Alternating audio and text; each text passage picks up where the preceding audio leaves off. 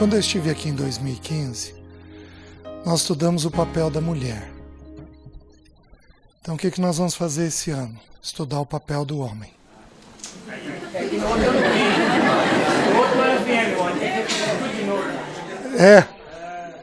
Tem irmão dizendo que não veio o ano anterior, que é para repetir tudo de novo.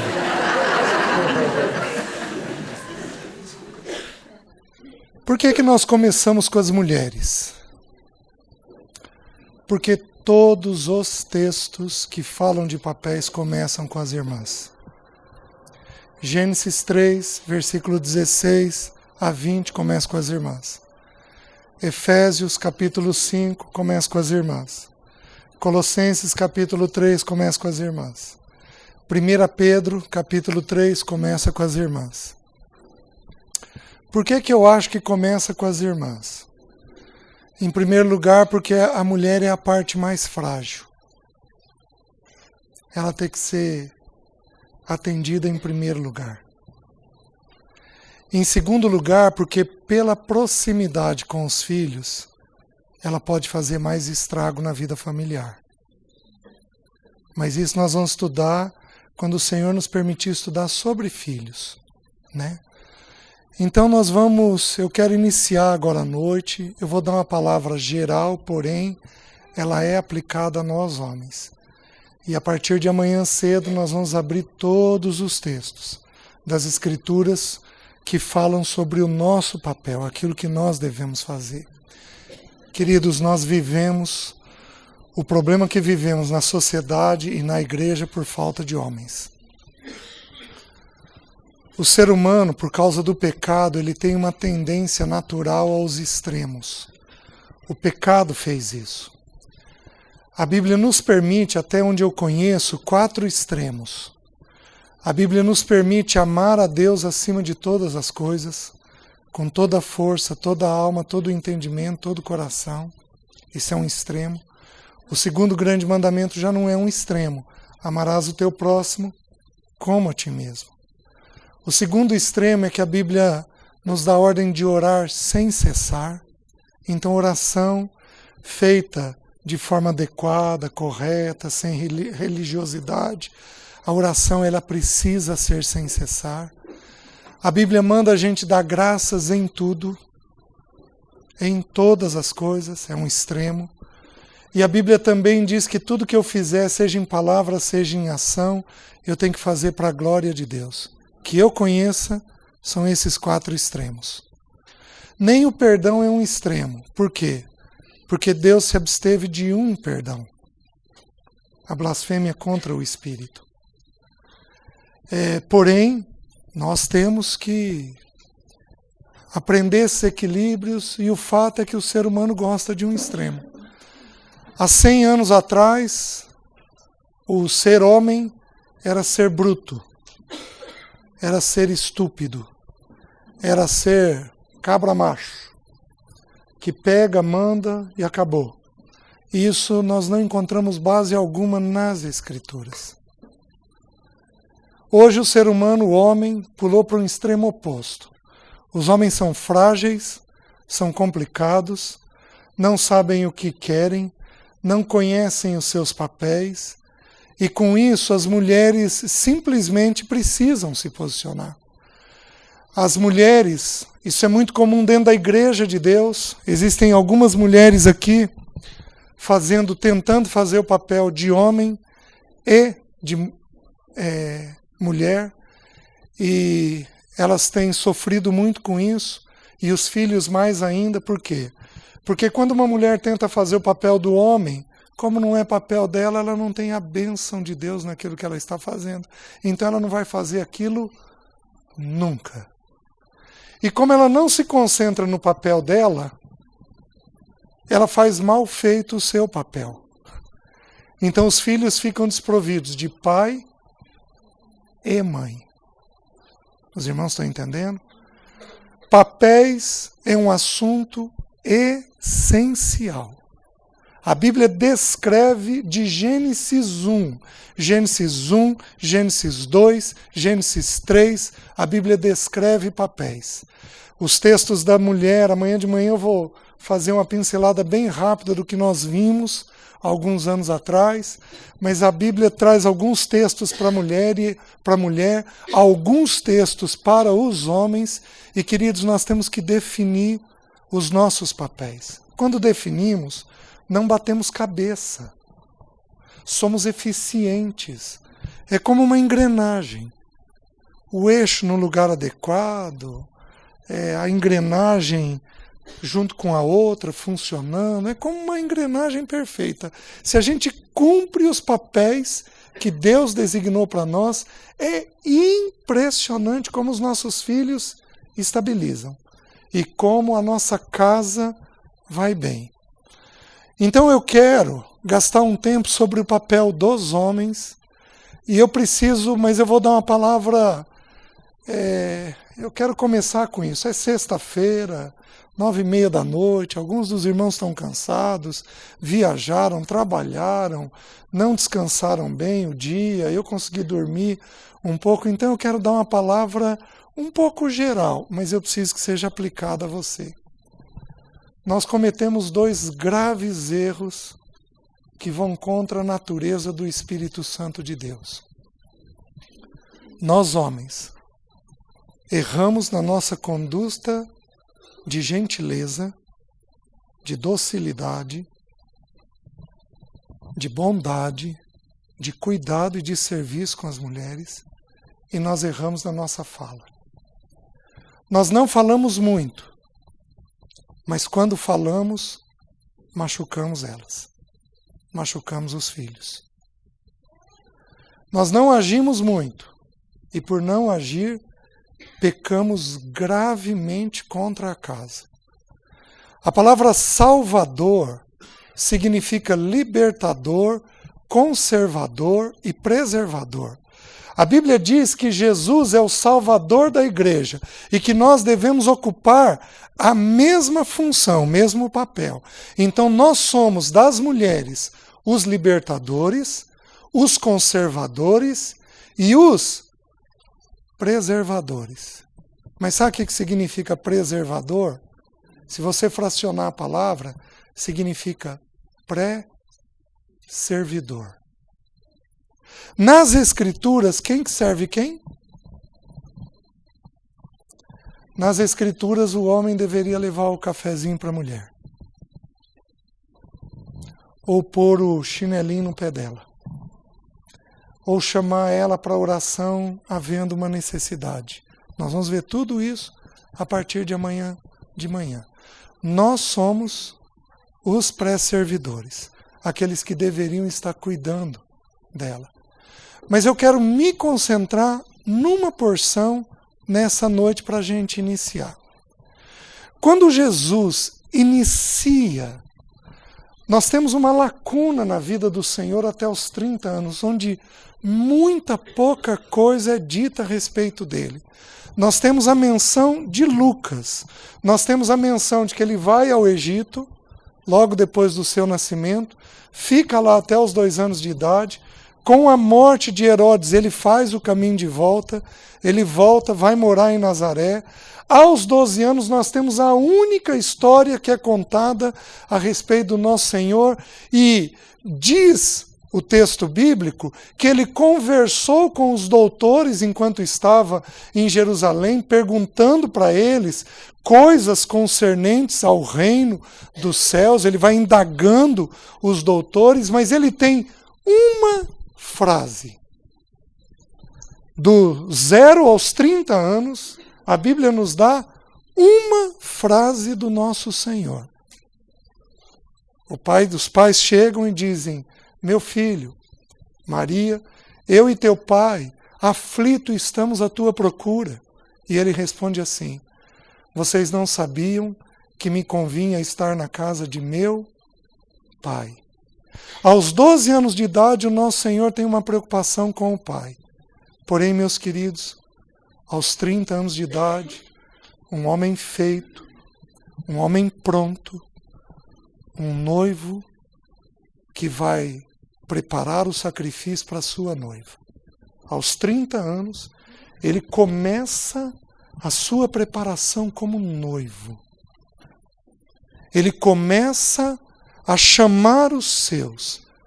Ele chama 12, depois ele vai chamando uma multidão, até que quando ele é assunto aos céus, ele é visto por cerca de 500 irmãos. Ele passa aqueles 3 anos falando e agindo como um noivo sendo preparado no cuidado com a sua noiva. E para ele começar esse preparo, ele precisa fazer uma coisa. Ele é levantado aos 30 anos e ele passa por um batismo de arrependimento. Não há jeito de nos prepararmos para as nossas esposas se nós não imitarmos o nosso amado Senhor. A primeira coisa que precisamos é dar nome aos nossos pecados. Eu, César, sou por natureza indisciplinado. Eu, César, não tenho domínio de algumas coisas. Eu, César, tenho compulsão, e algumas delas perigosas. Eu, César, se tiver cansado, sou bravo, sou irritado. Eu, César, vou ter uma tendência natural, em algumas situações, de culpar minha esposa. Eu, César, tenho uma mente ácida e eu posso falar coisas que não agradam o meu Senhor. Eu sei dar nome aos meus pecados. Você não consegue ser preparado para edificar a sua noiva se você não fizer como Cristo. Se você não passar por um batismo de arrependimento. E nesse batismo, você poder dizer com clareza quais são as suas tendências pecaminosas. Os irmãos estão me entendendo? Como é que santificamos nossas mulheres? Como é que lemos a Bíblia continuamente se não sabemos interagir com o nosso pecado, avançar e resolver o nosso pecado? Mas o meu ponto ainda não é esse. O meu ponto é que neste batismo de arrependimento, algo acontece. Os céus são abertos. E o Espírito Santo de Deus vem sobre o nosso amado Senhor. E ele é cheio do Espírito Santo de Deus. Então eu queria parar neste ponto e trabalhar um pouco este ponto com os irmãos. Não tem jeito de mantermos um lar adequado se nós não tivermos uma boa relação com o Espírito Santo de Deus. Não tem jeito. O Senhor Jesus, para ser preparado na edificação da noiva, ele necessitou do poder do Espírito Santo de Deus. Ele necessitou do enchimento que tornava ele capaz de calar na hora certa, de falar na hora certa, de tocar as pessoas na hora certa, de segurar a sua mão e não tocar nas pessoas quando não era necessário tocar. Nós só temos o discernimento da maneira de fazer e da maneira de agir se nós recebermos uma porção do Espírito Santo de Deus sobre nós, diariamente. Os irmãos estão entendendo? Porém, o que acontece mais de comum é que nós entristecemos o Espírito Santo, seja na nossa fala, seja na nossa conduta. Eu preciso que os irmãos lembrem que nós pecamos por ação, mas nós pecamos também por omissão. Meus queridos, Deus me tirou de lugares muito complicados. Eu fui muito complicado. Eu acordei algumas vezes no início do meu casamento. Eu acordei com a Alessi fora da cama de madrugada. Eu levantava, ela estava de joelhos, chorando. O que eu fazia? fazia o caminho de volta para a cama. Houve uma vez que eu passei por cima e fui tomar água. Eu falo isso com profunda tristeza, porque isso não é natural de um homem de Deus. Não poderia ser. Mas é desse lugar que eu saí que o Espírito Santo de Deus tem me ajudado a permanecer longe e não voltar para esse lugar. Nós precisamos entender que quando o Espírito Santo de Deus nos visita, duas coisas acontecem. A primeira, nossa língua é tocada. Porque a Bíblia diz que o coração fala o que ele está cheio. Se o Espírito Santo de Deus me visita e me enche, o que é natural acontecer? Algo diferente acontece com a minha língua. Tanto que o texto bíblico, quando ensina sobre a tristeza, eu vou abrir com vocês, quando ensina sobre a tristeza do Espírito, com exceção de um ou outro versículo, todos os versículos falam de pecados da língua. Quando o texto bíblico diz que nós somos cheios do Espírito, e ele descreve a maneira, ele diz assim, falando entre vós, com salmos, hinos, entoando e louvando de coração ao Senhor, dando a Deus Pai graças por tudo, em nome do nosso Senhor Jesus Cristo. Tudo pecado do quê? Da língua. Quando o Espírito Santo de Deus nos visita de forma genuína, verdadeira, num batismo de arrependimento, nossa língua é diferente. Podemos finalmente edificar. Podemos finalmente tocar os nossos com edificação. Porque é a língua do Senhor e não é a nossa língua. É a autoridade do Senhor e não é a nossa autoridade. É a maneira, o tempo do Senhor e não a nossa maneira e nem o nosso tempo. A nossa língua é poderosamente tocada. Mas isso não basta aí. Porque a Bíblia ensina que onde o Espírito Santo de Deus estava nos irmãos, havia sinais, prodígios e maravilhas. A nossa conduta é tocada. Quando a gente estuda a palavra sinal, ela não significa milagre, a palavra sinal significa direção. E a palavra milagre significa dunamis, poder. Recebereis sobre vós o Espírito Santo. E vocês vão ser cheios de poder. Então, um comportamento em que coisas milagrosas acontecem. E o indisciplinado passa a ser disciplinado. O bravo passa a ser manso.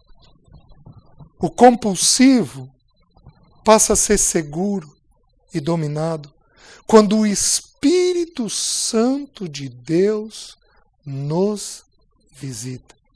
Língua e mãos.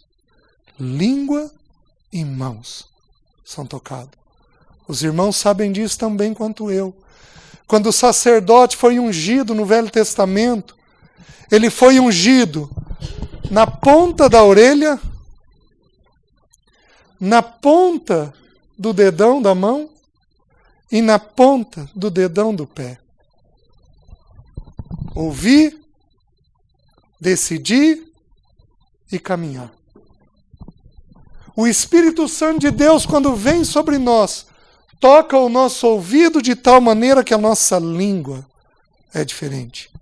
De tal maneira que a nossa decisão é diferente. De tal maneira que o nosso caminhar é diferente. Não há como edificar nossas mulheres, não há como edificar os nossos filhos se não passarmos por um batismo de arrependimento e por um enchimento do Espírito Santo de Deus dentro de nós. Os irmãos estão entendendo? As mulheres falam um pouco mais do que o dobro do que nós falamos. As mulheres falam cerca de 15.200 palavras por dia. Isso é meio genérico, porque tem mulher que daria um bom homem. Fala pouco. E quando fala, você se cuida. Os homens, é genérico, falam um pouco mais de 7.000 palavras por dia. Por que a mulher fala mais que os homens? Há 4 anos atrás nós vimos que a ciência da oftalmologia descobriu que o homem enxerga estreito e longe. Então a maneira da gente enxergar é lá na frente. Por que o homem enxerga assim? Porque Deus o criou para governar. Quem governa tem que enxergar lá na frente. Então a visão do homem é estreita. Por isso que vocês mandam a gente lá na cômoda, na segunda gaveta, do lado esquerdo. Tem R$500 debaixo da blusinha vermelha. Nem R$500 a gente acha. Por que homem não acha? Porque homem não tem lateralidade. A nossa visão é estreita. Nós não enxergamos de forma lateral. Mulher não. Como Deus deu para a mulher a função de auxiliar, mulher tem que ver, ela vê tudo que é imediato. Então por que a mulher fala muito? Porque a mulher enxerga muito. Ela vê muito detalhe. O que eu estou falando é novo para alguém? Não. Não, os irmãos já ouviram. A mulher enxerga muito detalhe. Por enxergar muito detalhe, o que vai acontecer? Ela vai falar muito. Porém, deixa eu falar da fala dos homens. A Bíblia diz assim: o insensato não tem prazer no entendimento, senão em externar o seu interior. Nós temos homens aqui que falam muito. E esse falar muito é insensatez. É pecado para um homem falar além do que deve? É. O homem tem que falar o que é necessário, assim como a mulher. Nem homem nem mulher precisam falar muito, porque a Bíblia diz assim: sede prontos para ouvir, tardios para se irar. Quem fala muito, seja homem, seja mulher, salvaguardando a diferença. Há uma diferença dentro de nós. Quem fala muito é insensato. Não coopera com o Espírito Santo de Deus. Porém, Provérbios 18:3, o texto que eu citei. Porém, Provérbios capítulo 15 diz assim: a língua serena é árvore de vida, mas a língua perversa mata, quebranta o espírito. A língua serena, a língua dócil, a língua gentil, a língua firme, ela é árvore de vida. Homens, quem é árvore de vida na Bíblia? Quem é a árvore da vida? Qual é o único jeito de levarmos Jesus para as nossas mulheres? Através de uma língua serena. Que só os homens, as mulheres estão dispensadas de levantar a mão. Que homem aqui é bravo? Levanta a mão. Levanta.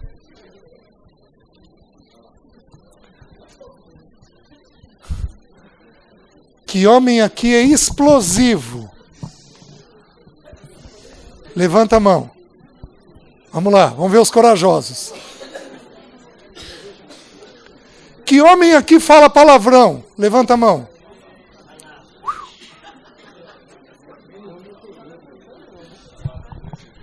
Que homem aqui fala falou este ano, palavras ofensivas a sua esposa ou a seus filhos? Levanta a mão, meus queridos. Por que nós não estamos edificando?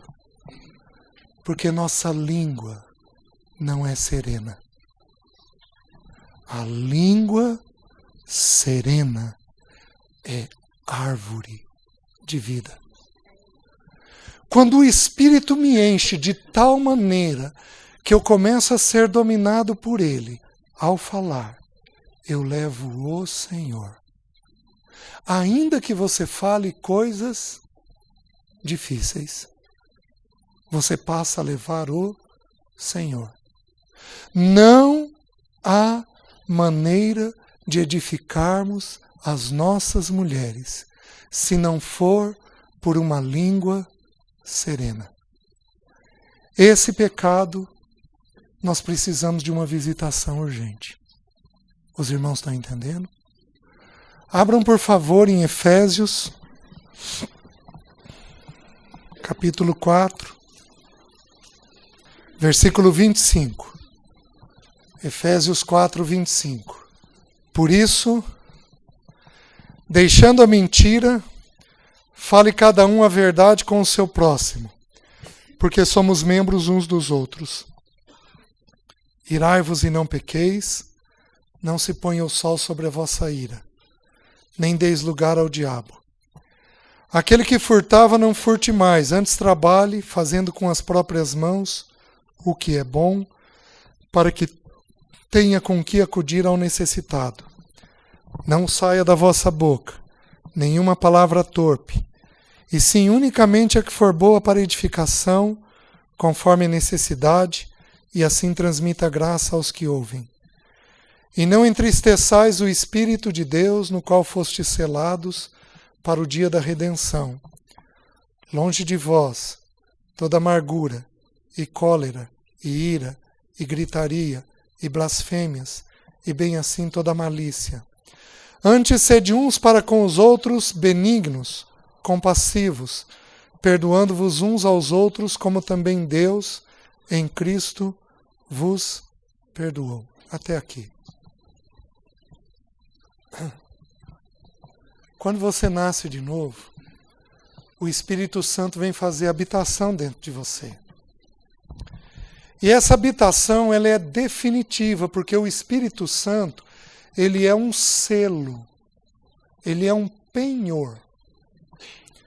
Você tem uma joia, pega essa joia, leva na Caixa Econômica, e a joia vale 10 mil reais, eles te dão 5 mil reais de empréstimo. E a joia fica como uma garantia, um penhor. Então você pode depois, daqui 2, 3 meses, ir lá e resgatar a tua joia, pagando aquilo que é devido. Então, um penhor é uma garantia. O Espírito Santo vem sobre nós e ele nunca é removido de nós. Por quê? Porque ele é a garantia de que nós subiremos com o Senhor. Amém? Louvado seja o nome dele. Porém, esse Espírito pode ser entristecido e ele pode ser apagado. Esse Espírito pode chegar a um ponto tal em que ele deixa de ter a vida de Deus dentro de nós. Ele habita em nós, ele está em nós, mas não tem mais a manifestação da vida dele, de Deus, dentro de nós, quando nós o apagamos. Porém, o caminho para apagá-lo é entristecê-lo. E eu estava com um irmão esse ano, numa cidade, esse irmão falou uma coisa que eu fiquei surpreendido, ele explicou, eu não sabia. Essa questão do espírito ser entristecido. E eu peguei aquilo que ele disse, fui olhar o texto bíblico. A Bíblia nós temos uma regra para estudarmos a palavra de Deus. Quando uma palavra é mencionada pela primeira vez nas Escrituras, o sentido daquela palavra vai ser mantido em toda a Escritura. Então, por exemplo, a palavra amor aparece em Gênesis 22, 2. Abraão, dá-me teu filho, teu único filho, a quem amas. Então, amor naquele texto, que é a primeira vez que aparece a palavra, significa o pai entregando o filho. O que é amor nas Escrituras? É o pai entregando o filho. Deus é amor, diz o texto bíblico. Nisto consiste o amor, não em que nós tenhamos amado, mas em que Ele nos amou e enviou seu Filho como propiciação pelos nossos pecados. 1 João capítulo 4, versículo 10 a 12. Então, o sentido é mantido. Quando foi pela primeira vez que a palavra tristeza é mencionada na Bíblia? Os irmãos de José vão até o Egito buscar alimento. José reconhece eles. José arma aquela situação e um dos irmãos fica preso. E José diz assim: tá bom, vamos fazer o seguinte. Vocês me trazem o irmão mais novo, Benjamim. Porque aí eu vou conferir que vocês estão me falando a verdade. E aí eles voltam até o pai com a comida e dizem, e Jacó responde assim. Disse-lhes Jacó: meu filho não descerá convosco. Seu irmão, José, é morto.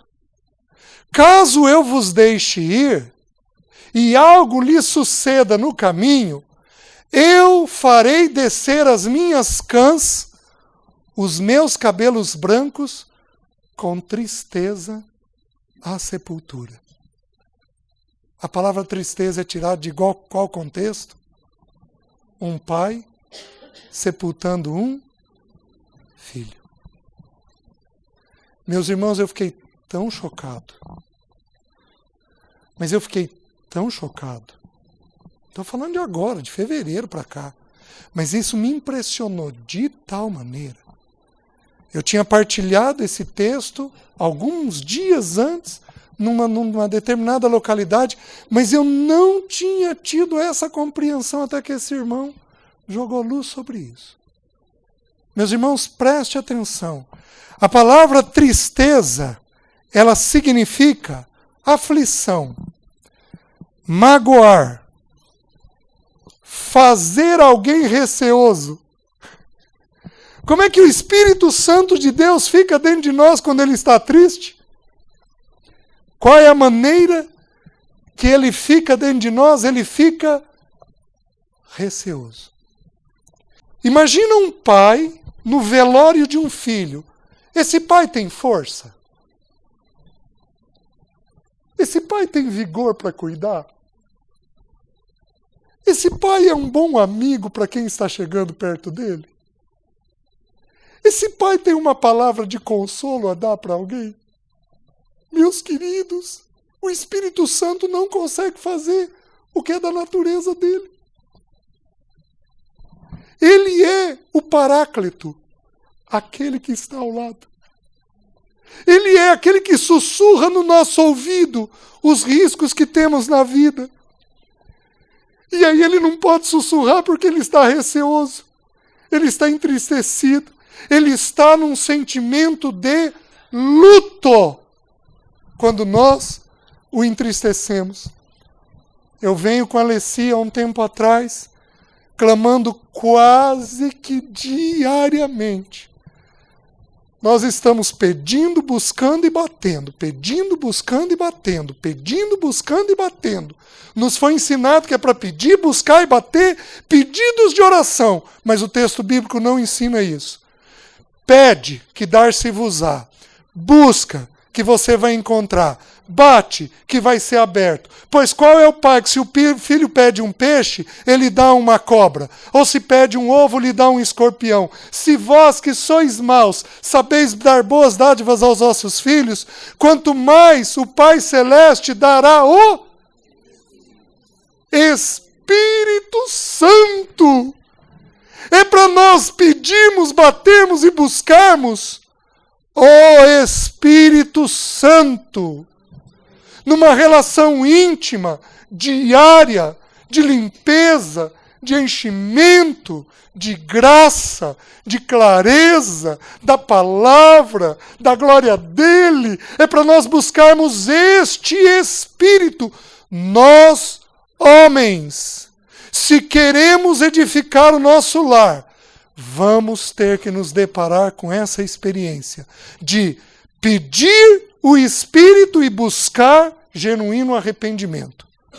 Arrependimento e enchimento, arrependimento e enchimento, enchimento e mais arrependimento, para nós podermos tocar os nossos do jeito adequado. Para nós podermos perceber os nossos de um jeito adequado. Os irmãos estão entendendo? Esse espírito perde a vitalidade dele, perde a característica dele, porque ele está sepultando um filho. Mas quais são os pecados que entristecem o espírito? Se você pegar o texto anterior e posterior, ele diz assim: por isso, deixando a mentira, fale cada um a verdade. Pecado de língua. Queridos, deixa eu dizer uma coisa. Tem muitos tipos de mentira. Isso daqui é azul. É uma mentira. Mas eu posso negar. Você está de blusa? Não. A negação também é uma mentira. Eu posso ter que dizer algo para a Alessi e não dizer. Se eu tenho que dizer e não digo, aquilo é mentira. Mentira de omissão. Tem pecado de ação, mas também tem pecado de omissão. Se eu deixar de fazer o que eu tenho que fazer, aquilo também constitui mentira. Tem a mentira do excesso. Tem a mentira quando a gente infla as coisas. Você fala números, você fala de pessoas, você fala de maneiras que não constituem a verdade. Nossa, achei que a Alessi ia explodir. Pera, a Alessi estava cansada e estava um pouco irritada. Ela não estava explodindo. Esse excesso constitui mentira. Irmãos, 5 minutos eu estou aí.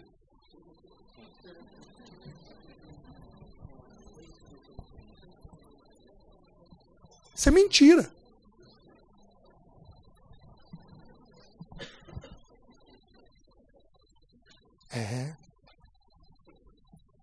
A regrinha nós já sabemos. Quando a gente ri ou quando fica muito em silêncio, é porque a verdade está entrando, né? Deixando a mentira. Primeiro pecado. Por que este é o primeiro mencionado? Porque a natureza do nosso espírito, a natureza do Espírito de Deus em nós, é que ele é Espírito da verdade. Não falar a verdade não é da natureza desse Espírito. Esse Espírito também sabe que tem uma hora certa de dizer a coisa, que a gente não diz quando a gente quer. Tem aqueles irmãos que também cometem pecado, que dizem tudo o que querem e batem no peito, dizendo: eu sou assim, eu sou sincero. Eu digo o que eu tenho que dizer. E esquecem do texto bíblico que diz assim: tenho muito a vos dizer, mas vós ainda não podeis suportar. Então eu enviarei o Espírito da verdade, e ele vos conduzirá a toda a verdade. Pecado de língua.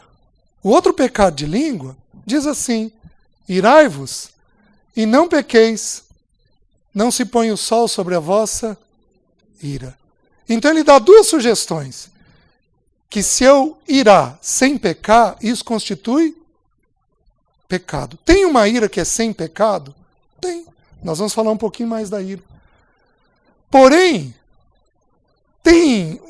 em geral, quando nós estamos irritados, isso constitui pecado. Você quer ver? Quem aqui é irado? Levanta a mão. Dos irmãos. As irmãs estão dispensadas. Dos homens, quem é irado, levanta a mão. Levanta alto e segura. Segura por um instante. Quem é mal-humorado, levanta a mão. Tem mais gente mal-humorada? Porque sabe o que significa ira? Tem 2 tipos de ira. Uma delas é mau humor. Gente que fala o que não deve. Mal-humorado, irritado, tenso, o tempo todo. A psicologia chama isso de distímico. Olha que nome bonito. A Bíblia diz que isso é ira e é pecado. Aí ele avança, ele fala, e nem deis lugar ao diabo. Por quê? Porque a ira dá espaço para o diabo começar a despertar pensamentos ruins dentro de você. Preste atenção. Pensamento ruim vem de dentro do coração. Não é obra maligna. Vou matar, vou morrer, vou fazer isso, vou fazer aquilo. Isso não é o diabo. Porque a Bíblia diz assim, de dentro do coração dos homens é que brotam os maus pensamentos. Pensamento ruim é obra do coração, mas o diabo vira um especialista em despertar aquilo. E aí ele avança e fala do furto, não é um pecado da língua. Mas aí ele diz, não saia da vossa boca nenhuma palavra torpe, e sim vazia, apodrecida, vã. E sim unicamente a que for boa para edificação, e assim transmita graça. Eu quero que você guarde essa palavra, porque essa eu vou precisar estudar amanhã de manhã com vocês. É onde tudo vai iniciar com nós homens, é onde nós vamos corrigir a conduta e a fala nossa. É neste conceito da graça, e assim transmita graça, gentileza, delicadeza, edificação. A Bíblia está dizendo que minha boca só pode existir para edificar. Transmita graça aos que ouvem.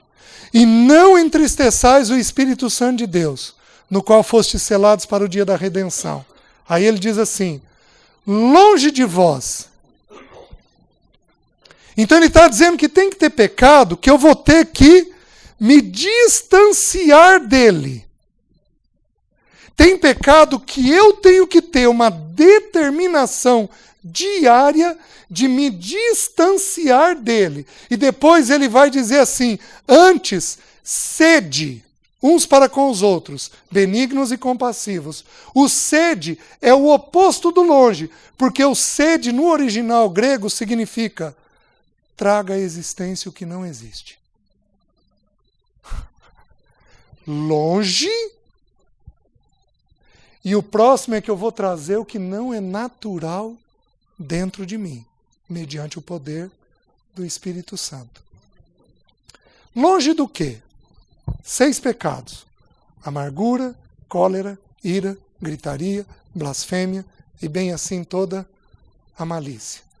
O Espírito Santo pôs por algum motivo a ordem invertida, porque ele tratou do pecado mais grave para o mais simples. Eu vou, para explicar para os irmãos, inverter a ordem. Longe de vós toda a malícia. O que significa a palavra malícia? O desejo de injuriar. Meus queridos, nós gostamos de falar dos outros. Eu não sei como é em Goiânia, mas em Maringá parece que o esporte preferido da Igreja de Deus é falar dos outros. É uma coisa que impressiona. Mas impressiona. Neste momento, O Espírito Santo de Deus está trabalhando no meu coração aquela porção das Escrituras de Provérbios que diz assim: o que encobre o pecado adquire amor. A nossa natureza é adâmica. Quando nós temos um problema na relação, na cabeça de nós, homens, de quem é a culpa? Isso é adâmico. A mulher que o Senhor me deu. Adão era tão bom nisso que na mesma frase ele transferiu para duas pessoas. Para Eva e para Deus. Alguns de nós talvez estamos perto disso daí. O fato é que nós temos um problema conjugal e é instintivo. Quem é culpado? Elas. Olha o que a Bíblia está dizendo. Aqueles que falam bastante, você não tem jeito, hein? Mas de novo, olha lá. É porque você é isso, puxou tua mãe, não tem jeito, vai fazer assim, vai fazer assado, não sei mais o que fazer. Pega e fala. Aquele que é quieto, morde a língua, mas corre o risco de... Mas não tem jeito. E com isso você não encobre a transgressão. E com isso você não adquire amor. Nós, homens, vamos ter que prover amor, não elas. Elas têm que prover respeito. Nós temos que prover amor. E para prover amor, nós vamos ter que aprender a não pensar, muito menos falar mal dos outros. Malícia é o desejo de injuriar. É o desejo de falar dos outros. Pega você no carro vindo para cá. Falou de alguém? Pega você na mesa hoje. Falou de alguém? Mas César, foi só para dividir para a gente orar. Desejo de injuriar é do ser humano. Nós somos por natureza divisivos. A gente quer se sentir melhor que o outro, a gente quer mostrar que eu não faria aquilo, a gente tem necessidade de diminuir os outros. O problema é que este desejo de injuriar, de falar mal dos outros, entristece o espírito. Aonde você pegou Jesus falando de Judas para um dos 11? Ô Pedro, vem cá. Rapaz, está difícil, viu? Olha, aguentar Judas, eu sei que ele mete a mão na bolsa. Mas eu estou tomando uma decisão que não vou mexer nisso, não. Ele é filho da perdição mesmo? Ele não tem jeito. Você conheceu o pai dele? Gente, que família problemática. E aí a gente estica. Onde você pegou Jesus fazendo isso, meus irmãos? Meus queridos, o Espírito Santo entristece. Uma conversa dessa é 2, 3 dias sem o poder dele, sem a autoridade dele, sem amor pelos nossos, sem ouvir a doce e eterna voz me alertando dos riscos da vida, me alertando que meu filho está com uma amizade indevida, que minha filha vai sofrer um risco. Meus queridos, como é que nós fazemos isso? Ô Jesus, tem misericórdia de nós. Como é que nós vamos edificar? Como é que nós vamos edificar? Se o Espírito fica entristecido, a gente não ouve a voz. Porque ele é o comunicador. Ele é o comunicador. Ele vos dirá todas as coisas que ele tem ouvido e vos dirá as que hão de acontecer. Precisamos nos arrepender de falarmos uns dos outros, de termos pensamentos indevidos dos nossos. Precisamos nos arrepender, porque isso entristece o espírito e acaba com a autoridade. Mas não apenas isso. Diz, a malícia e a blasfêmia. O que é, no original, a blasfêmia? É um discurso agora contra o bom nome de alguém. Então agora eu avanço, porque na malícia eu penso, mas na blasfêmia eu dou o rosto, eu vou lá e falo. Leci, você viu Eliomar? Você prestou atenção nele? Você viu a palavra que ele falou? O jeito que ele falou? A maneira que ele sentou?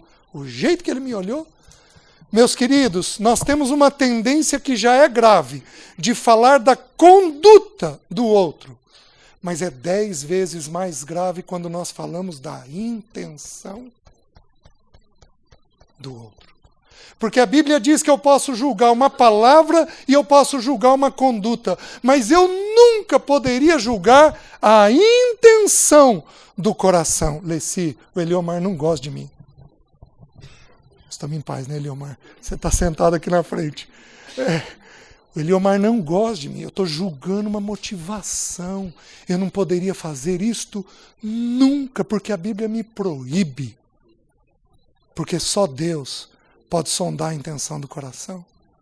E aí, eu começo a dar uma cara para aquelas queixas que eu tenho. Quantas vezes falamos da nossa esposa para os nossos filhos? Tua mãe não tem jeito, né? Nem vou pedir para os irmãos levantarem a mão. Quantas vezes falamos de um filho contra o outro? Filhos irritadiços, um com o outro, às vezes, porque nós instigamos. Na frente de todo mundo, moleque. De novo, né? Expondo. Queridos, isso é blasfêmia. E aí vai avançando, eu começo com o desejo de injuriar, aí eu começo a falar de alguém, eu posso falar no pé da orelha, ou eu posso falar publicamente. No pé da orelha é difamação, publicamente é calúnia. Quem pode falar do pecado do outro aqui? Aquele que tem autoridade para tratar. Eu sou o cabeça da Leci, eu preciso tratar o pecado dela, eu posso falar do pecado dela.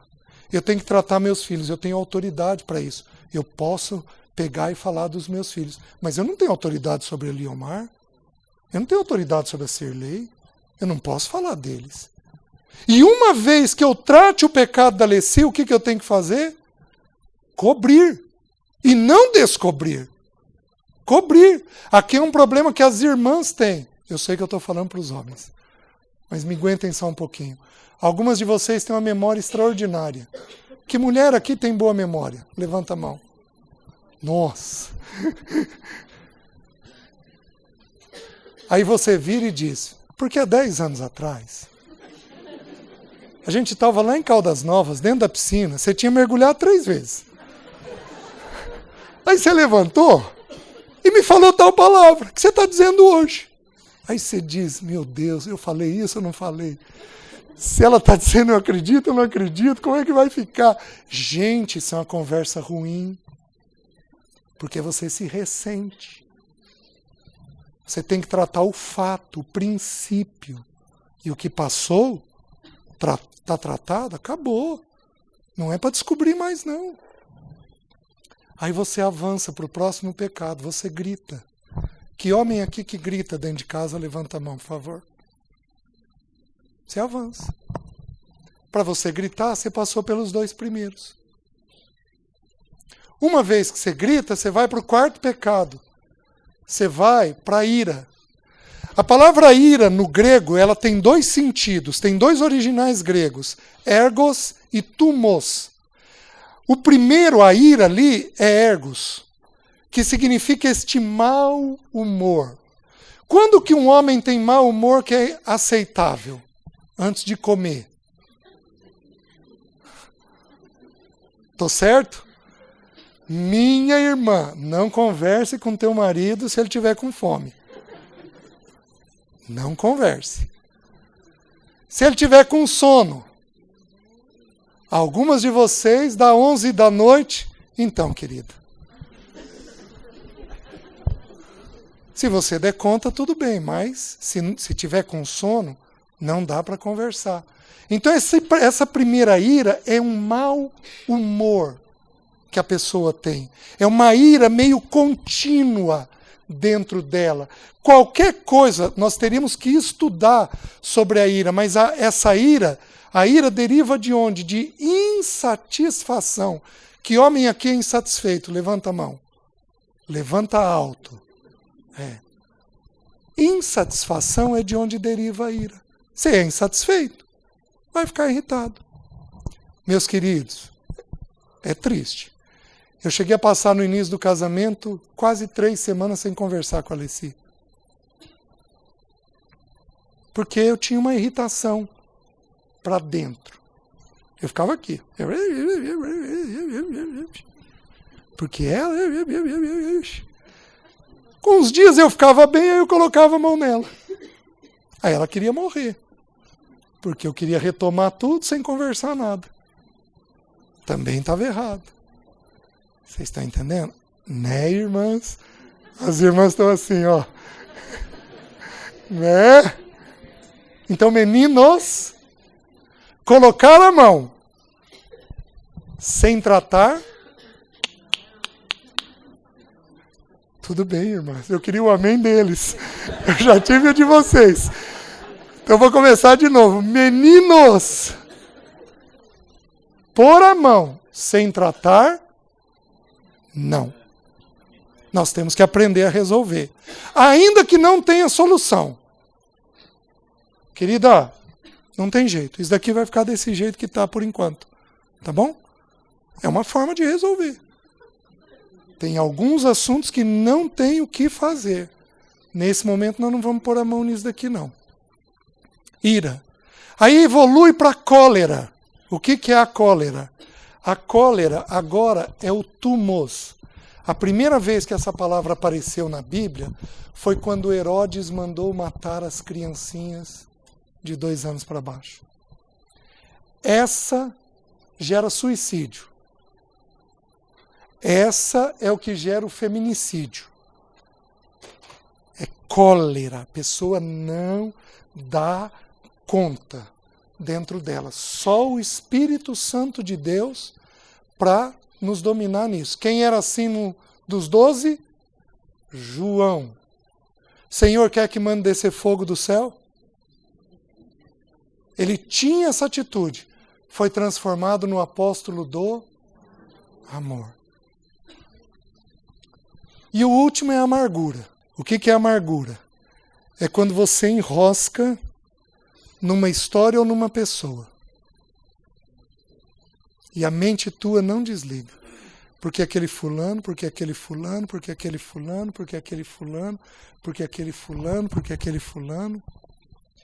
E o pecado é tão grave, tão sério nas Escrituras, que diz que Jacó, lá em Esaú, lá em Hebreus capítulo 14, capítulo 12, versículo 14, diz que Esaú buscou entre lágrimas arrependimento e não encontrou.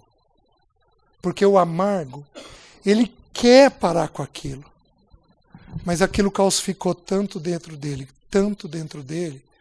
que tem que ser um milagre do Senhor para tocá-lo.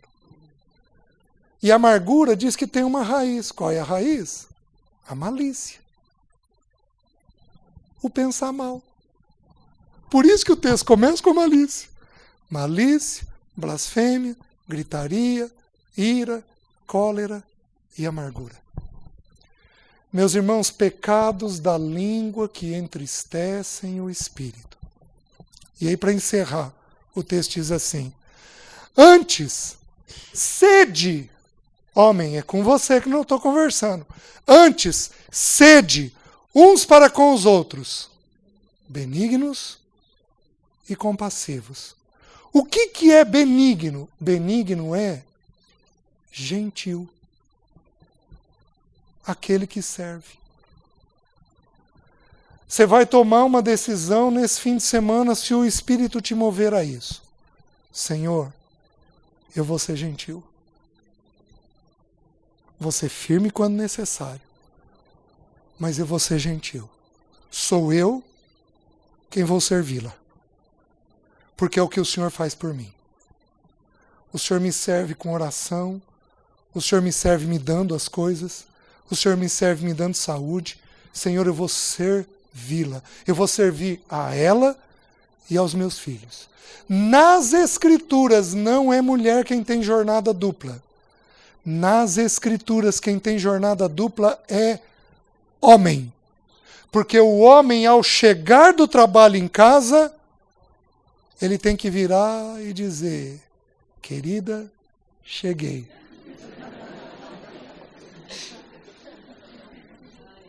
Tô para você.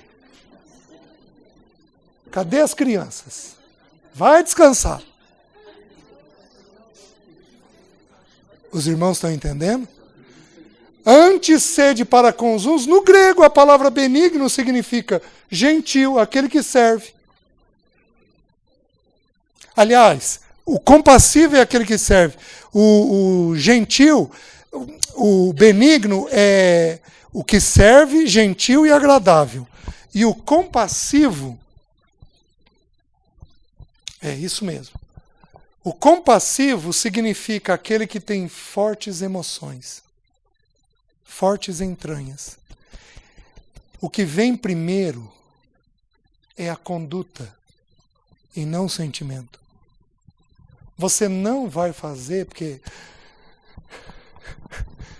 fui transformado e fui tocado e tudo está diferente. Senhor, é o que o Senhor faz, é o que eu vou fazer. É o que o Senhor faz, é o que eu vou fazer. Eu não preciso gostar, eu preciso fazer. E depois, o Espírito Santo te visita com a emoção adequada. Amém?